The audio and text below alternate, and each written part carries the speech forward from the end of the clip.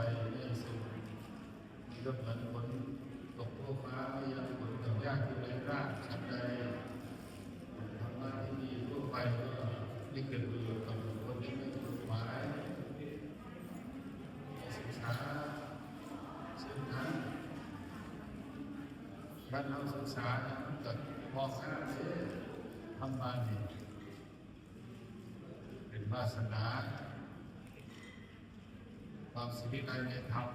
เป็นที่พระเจ้าให้ไม่ได้เลยอย่ารู้ศึกษาเอาอ่านเอาฟังหลายๆมาดูวัดทางที่หลวงพ่อท่านเทศนาทำมีนั่งดูดีไม่ได้ถามไม่ถามเรื่องไม่ลอยไม่เส้นอย่างไรไม่ว่าไม่ถามเพราะวันนี้ถามหลวงพ่อเป็นการของผู้เบิร์ดแล้วหลวงพ่อเป็นท่านโลกหลายนิสัยคนผู้เบิร์ดมองสิเห็นคนก็ต้องรูปแบบเบิร์ดสี่หาแก้วว่าพวกเบิร์ดหรอทั้งโลกสบายทุกวันแต่ท่านเนี่ยพ่อพระเจ้าตอน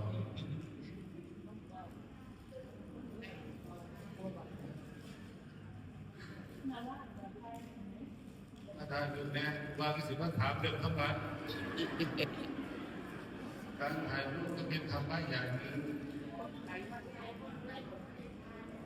เห็นอย่างรู้ต้นแก่ต้นทายเรียนอาหารลูกผมจะทำอะไรใครแต่การถ่ายรูปก็เป็นธรรมะท่านดูบอกว่าวันนั้นวันนี้อย่าไปเทียบกับเจ้าของ